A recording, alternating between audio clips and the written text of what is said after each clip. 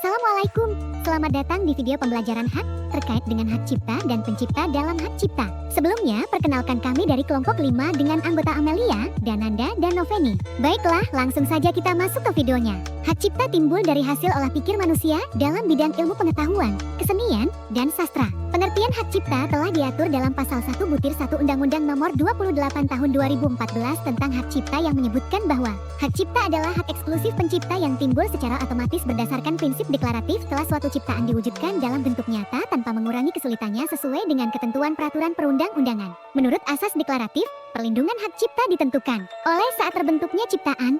Dalam hal ini tergantung pada bentuk ciptaan tersebut. Misalnya, jika ciptaan yang dibuat adalah suatu karya tulis, maka perlindungan karya tulis tersebut selesai dibuat dan dibaca oleh orang lain meskipun belum diterbitkan dalam bentuk buku ataupun jurnal. Karena itu, suatu ciptaan dilahirkan oleh ciptaan pencipta itu sendiri. Kreasi pencipta muncul dari adanya olah pikiran dan kreativitas dari si pencipta. Suatu karya harus merupakan karya asli. Artinya, karya tersebut harus dihasilkan oleh orang yang mengakui karya tersebut sebagai karangan atau ciptaannya, serta tidak boleh menghasilkan kehancuran dari karya lain. Apabila pencipta telah menerapkan tingkat pengetahuan, keahlian, dan penilaian yang cukup tinggi dalam proses penciptaan ciptaannya, maka hal ini sudah dianggap cukup memenuhi sifat keaslian orisinalitas guna mendapatkan perlindungan terhadap ciptaannya. Adapun pengertian ciptaan telah diatur dalam pasal 1 butir 3 UHC yang menyebutkan bahwa ciptaan adalah setiap hasil karya cipta di bidang ilmu pengetahuan, seni, dan sastra yang dihasilkan atas inspirasi, kemampuan, pikiran, imajinasi, keterampilan, atau keterampilan yang diekspresikan dalam bentuk nyata. Suatu hak cipta lahir bukan yang telah ada di luar aktivitas atau di luar hasil kreativitas manusia, melainkan harus lahir dari kreativitas manusia. Selain itu, terdapat pengertian pemegang hak cipta yang telah diatur dalam pasal 1 butir 40 HC yang menyebutkan bahwa pemegang hak cipta adalah pencipta sebagai pemilik hak cipta.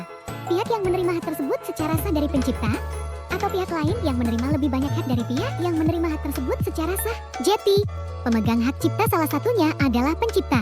Sebagai pemilik hak cipta, suatu ciptaan yang merupakan hasil dari pemikiran dan kreativitas inilah yang sepenuhnya menjadi milik pencipta. Seperti halnya pengertian pencipta yang telah diatur dalam pasal 1 butir 2 UHC yang menyebutkan bahwa pencipta adalah seorang atau beberapa orang yang secara sendiri-sendiri atau bersama-sama menghasilkan suatu ciptaan yang bersifat khas dan pribadi. Sejalan dengan ketentuan di atas, seorang pencipta harus benar-benar dapat membuktikan dirinya menciptakan ciptaannya sendiri, seperti halnya yang diatur dalam pasal 31 UHC yang menyebutkan bahwa kecuali terbukti sebaliknya, yang dianggap sebagai pencipta, yaitu orang yang namanya disebut dalam ciptaan, dinyatakan sebagai pencipta pada suatu ciptaan, disebutkan dalam surat pencatatan ciptaan, dan atau tercantum dalam daftar umum ciptaan sebagai pencipta.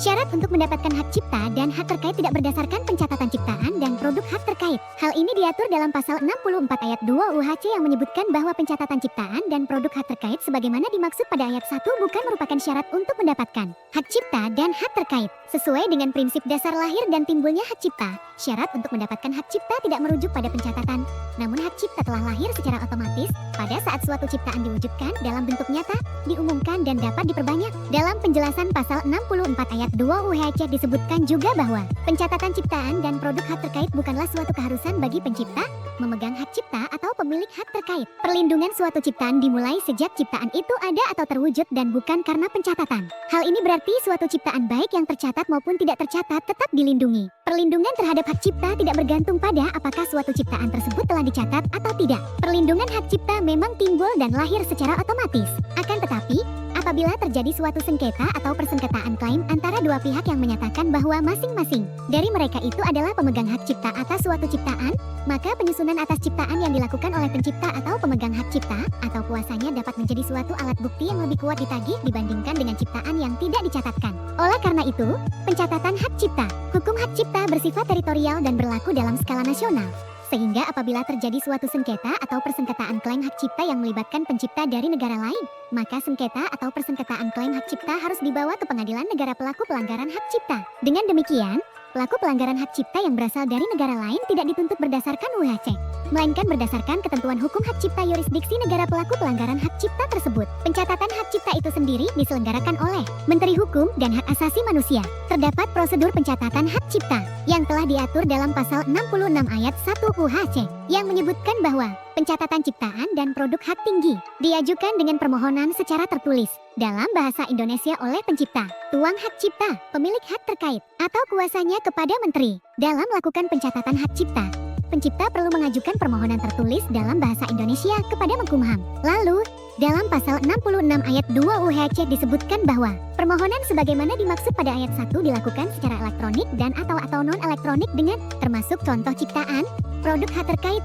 atau penggantinya, kepemilikan surat kepemilikan ciptaan dan hak terkait, dan membayar biaya. Pencipta dapat mengajukan permohonan tersebut secara elektronik maupun non-elektronik dengan syarat menyertakan contoh ciptaan atau pengganti ciptaan. Pengganti ciptaan merupakan contoh ciptaan yang dilampirkan karena suatu ciptaan tersebut secara teknis tidak mungkin untuk dilampirkan dalam default teks permohonan.